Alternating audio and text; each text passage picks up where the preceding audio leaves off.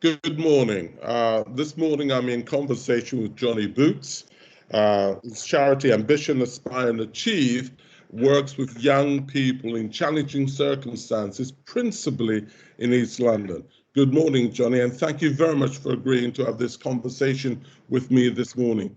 Could we begin by just inviting you to tell me something about the origins of your charity?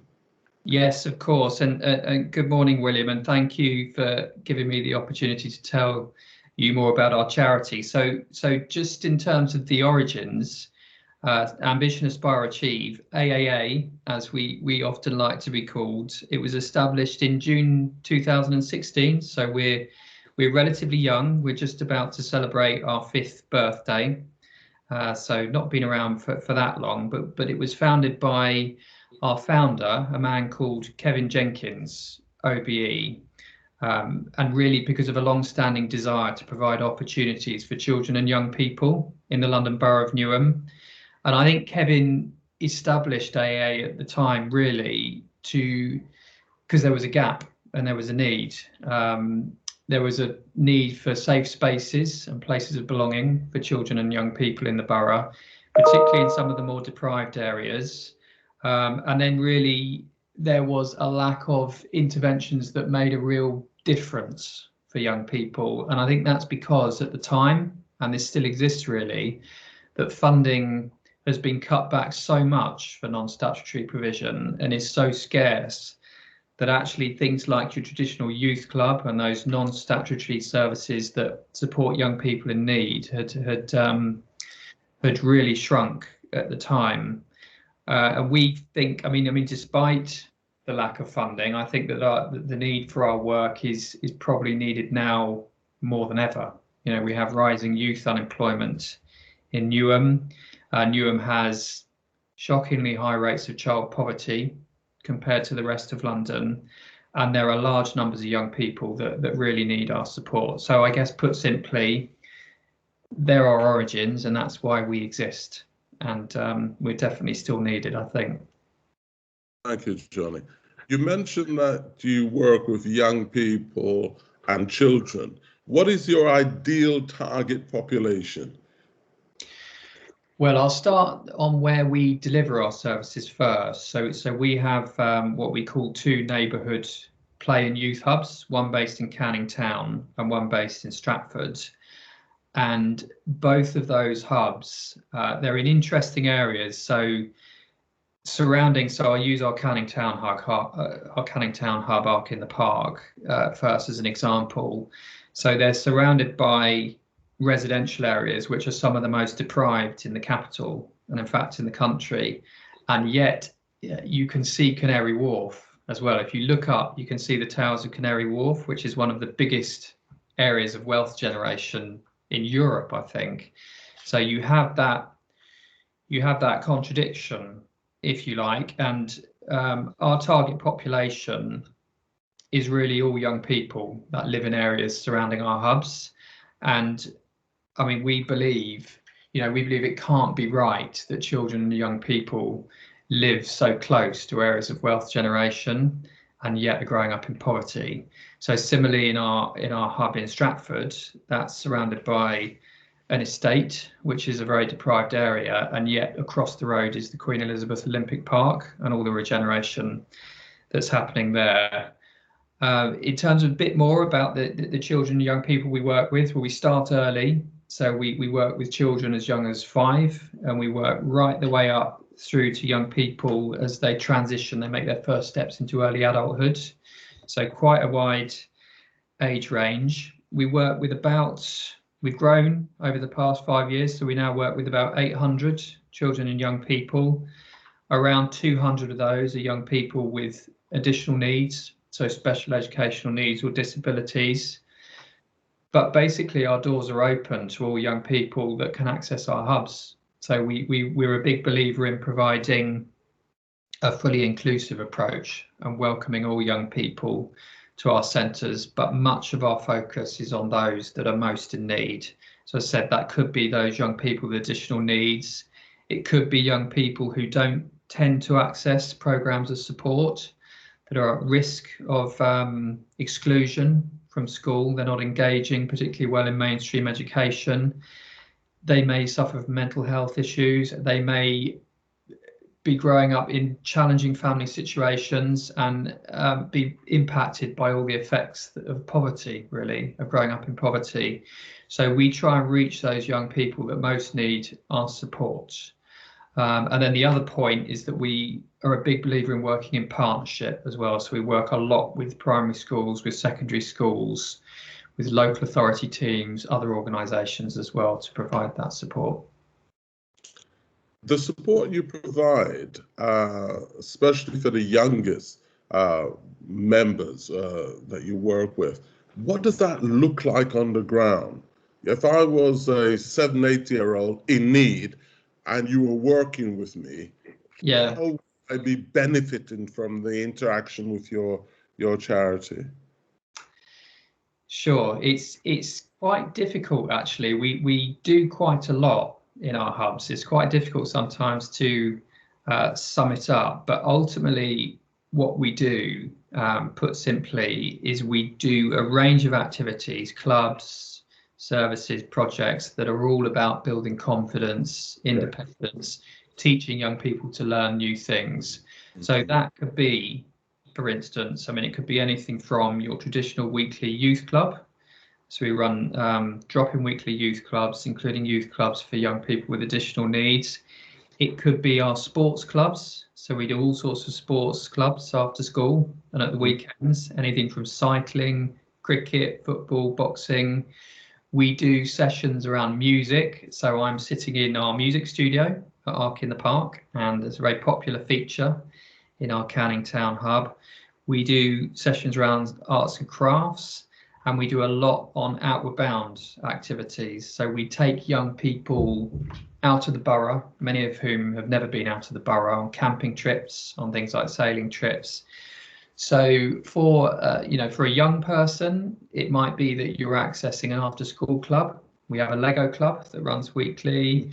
But generally, it's coming to one of our centres, be it Ark in the Park or Abbey Hub in Stratford, having a place of belonging and doing all sorts of fun and engaging activities that build confidence and help young people to learn new things. Once we engage a young person, we often intensify that support as well. So from there, we might deliver things like personal development programs, life skills programs, and often young people engage on several activities or projects with us, and they're often with us for quite an extended period of time, and then we follow their journey as they kind of grow over the years as such. And whilst you're working with the young people, do you have much to do with their parents, their carers? We do. We have to work very closely with their parents and carers. So that is in a variety of ways, really. That's as parents come to drop off and collect their young people in our various clubs. We also run family days. So we open up our centres to the community, and many of the families and parents and carers of young people that attend our services come to those family days as well. So we get to know the families very well. The other thing we do is we provide specific support to some of the families. So for instance, over the past year during lockdown, we provided a food support and like a kind of support packages for the more vulnerable children and families we work with. We delivered weekly activity packs, for instance, and food packages. So we provide other support to the families and get to know them in that way. So we have to work with them very closely to make it work. That's wonderful, Johnny. Yeah, the adults you work that work with you, supporting the families and the young people. Is this a small number? Is it a large number? Where did that come from? How they supported? Yes, the staff team. So our AAA team, you mean? Yes.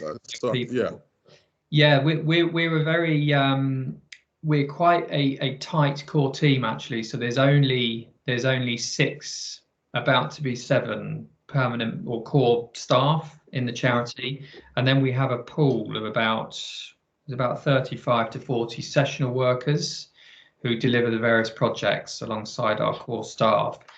Generally speaking, I think about 90% of that team live in Newham and they work in Newham, and most have grown up in the borough as well. And we are a strong believer in that, because we believe that young people that we're engaging, they need a team that can understand some of their issues, that they can identify with, that understand the young people in Newham, because they've experienced firsthand growing up in the borough. You know, many of our staff went to school in the borough. Some of our team have actually made the journey from being on various programs as young people, even though we're relatively young, 5 years, to becoming volunteers and then becoming fully fledged paid junior leaders. And again, we're a big believer in doing that, because they act as excellent role models for the young people that we work with. Now, Johnny, yours is clearly a charity, which is why we're speaking this morning. There must be kinds of pressures around finance. Could you help us by letting us in on where you get your financial support for the fantastic work you're clearly doing across a wide range of activities? Yes, you're right to highlight that, William. So funding is usually one of our biggest concerns, certainly my biggest concern, and we have to be ever more entrepreneurial, I think is the right word, about how we pull in funding to make sure we can deliver the programs that we deliver, particularly those that are most needed. We get our funding from a variety of sources. Some of it is grant funding, traditional grant funding, less so from trusts and foundations. We raise money through donations, and that can be individuals, that can be corporate companies and businesses that have chosen to support us. We run several fundraising events, although that's been very difficult over the past year. But we do things like we have an annual dinner at the Brick Lane Music Hall, which is a great place for those that know it, based in Silvertown. And we also run a small social enterprise selling Christmas trees at Christmas, which raises funds for the charity. So they are some of the examples about how we raise funding. What is really challenging is, so for instance, grant funding is much more scarce than it used to be. Yes, yeah. It's short term often. So I think 2 or 3 of our grants are multi-year grants over a few years, but generally all the others are, you know, sometimes only for a period of 6 months. So we've constantly got to be resubmitting grant applications, thinking about where we're going to generate funding from to keep things going, which that can be very challenging. And of course, often we'll submit a grant and we'll get feedback that the grant funder loves our idea, loves the project, but you know, for 10 awards of funding, they've had 500 applications, for instance. So they're very limited on what they can award. So the current funding environment is very challenging and a worry often at times. And unless that's addressed, it's going to threaten the quality of the work you're doing, which brings me on to another area of interest for myself. I can hear the fantastic range of work you're doing supporting these vulnerable young people, and in some cases their families. I wonder, how do you assess and measure your success at the end of the day? Because there's all this fantastic activity, but we want it to translate into success for the individuals with whom you're working. So how do you go around assessing and measuring the extent of your success? And I know this isn't just down to numbers, crude numbers. There are other ways in which you can be told by your situation that you are doing well, you are making a difference. Yeah. So how do you come to the conclusion that you're being successful? That's a good question, and it's one that we're thinking about a lot. As a relatively young charity, we have to increasingly demonstrate, and rightly so, actually, that we are demonstrating success of our work, and we do it in a variety of ways, really. But I mean, ultimately, our success as a charity is the impact that we have on children and young people. That's, as you say, that's not just about the numbers through our doors, but that's the progress they make. That's the success they achieve in the longer term. We have a wide range of measures that we measure. So we measure things like outcomes. I mean, that might be things like the new skills that they're learning through the activities we're delivering. Importantly, the growth in their confidence, their well-being, so both their physical well-being, their mental well-being. A key one is their resilience, so their ability to take the knocks and grow and to continue to progress and to continue to succeed. Another one, their ability to interact with their peers, with adults. And then I guess things around longer term achievements. So we often measure, as a result of our programs, is there an improvement in their behaviour in school? Yes. Their attendance in school. When they're leaving school, are they accessing opportunities around moving into college successfully, moving into apprenticeships, moving into work? So there's a lot there. Yes, I can see. I'll go back to, so we have a vision, but there's a real simple vision that we have, which sums it up really, and that is that everybody we work with, regardless of their background, their ability, that they reach their full potential.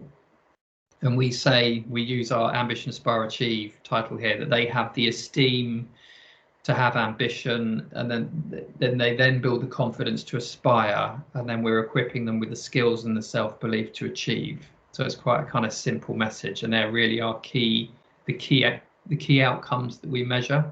And that if children and young people are achieving those three things, then we're doing our job well. That sounds very comprehensive to me, Johnny, and that is great, because it's really important that at the end of the day, there's some tangible benefits going back to the young people in the community, which justify the activity and the investment. Talking of investment, where would you like to see the charity 5 years from now? Yeah, you're doing this great work on the ground now. You're at the scale you are. The needs are not going to disappear, I don't think, over the next 5 years. We're emerging from a pandemic which has disproportionately impact negatively the population that you look to serve. So in 5 years, where would you like the charity to be and the work you're doing? So what I was going to say, but I was going to say it would be nice if we weren't needed in some ways, and that we That's a pipe dream, my friend. Yeah, we could close our doors and our job is done. Yeah. But you're absolutely right. I think it's going to go the other way, and I think because of what's happened over the past year with the COVID pandemic, and bearing in mind the families that we're working with are amongst the most impacted by that pandemic, the fallout from that means that the need is going to be greater. We're not here to build empires and to take over Newham or anything like that. We know where our strengths lie, and that is serving the communities where our hubs are based. We want to continue doing that, and we want to continue doing the best possible job that we can, and making sure that we're engaging more young people, because let's face it, there are more out there that need our services, and that those young people are able to benefit from a range of opportunities as we continue to improve our hubs. So for instance, I'll give you an example. Our hub in Stratford, we have been, one of our supporters has kindly opened up a woodland area next to our hub, which we are looking to turn into a kind of inner city outdoor learning centre where young people can go on mini camping trips. Okay. They can learn bushcraft skills, they can do all sorts of things to build their confidence. And we would like to be in a place where we can offer more of that in different spaces and different facilities. Again, the music studio I'm sitting in is a new facility at the Arc. There are all sorts of other ideas that we have to improve what young people can access. So it's more of the same and a better offer for young people, because we're gonna be needed for sure. Johnny, I've really enjoyed listening to you this morning, talking about your charity, the fantastic range of work that they're doing with the young people. And clearly, going forward, I'd like to wish you all the very best. But just before we conclude, is there anything you'd like to add that we've not covered that would give the viewer an even richer understanding of the diversity and the quality and the range of your work? Yes, I can, just to finish off, I can tell you a bit more about some of our plans that are coming up more immediately, really, as we come out of the challenge of the past year, and we've now reopened all of our clubs and activities, and we're back to a full weekly timetable, really. It's an exciting year for us. So as I mentioned earlier, it's our 5th year birthday coming up, but it's challenging. We have lots of exciting projects. We've got some of the developments I've mentioned in our hubs, and some of the projects that we're doing. We have some new projects opening up. We're looking at doing a lot more play schemes over the summer. Okay. And that, I think, is going to be important for young people coming out of lockdowns, that they Absolutely. spaces, not just in our hubs, but we're looking to reach out and deliver some of those play schemes in the community. We have a new employability project starting, which I think is going to be important for young people, given that the rises of youth unemployment in the borough. And then the two things I haven't mentioned, which we do, we have 2 appeals. So we have a Easter appeal and a Christmas appeal. Right. And our Christmas appeal, for instance, looks, working with volunteers and companies, we put together, it's quite an operation, but we raise money and resources to provide toys and stockings for usually up to about 3,000 children who wouldn't give impressive. Yes, so we kindly offered a warehouse space in the lead up to Christmas, and we worked with lots of volunteers, and we received donations of toys, and then we put all that together and then deliver out toys to children in need. And we're always looking for individuals, organizations, volunteers to work with us who are interested in our work. I mean, we wouldn't be able to do what we do without that support. Excellent. That's fantastic. Well, as I said earlier, I think you're doing a fabulous job. Your colleagues, of course, it's not just you. There's a wonderful team of people who are dedicated to the young people in East London. And I thank you so much for giving us the time to have this conversation this morning. And as I said before, I wish you every success going forward. Thank you very much, Johnny. Thank you, William. Thank you for the opportunity. Thank you. Okay, I think we're done with that.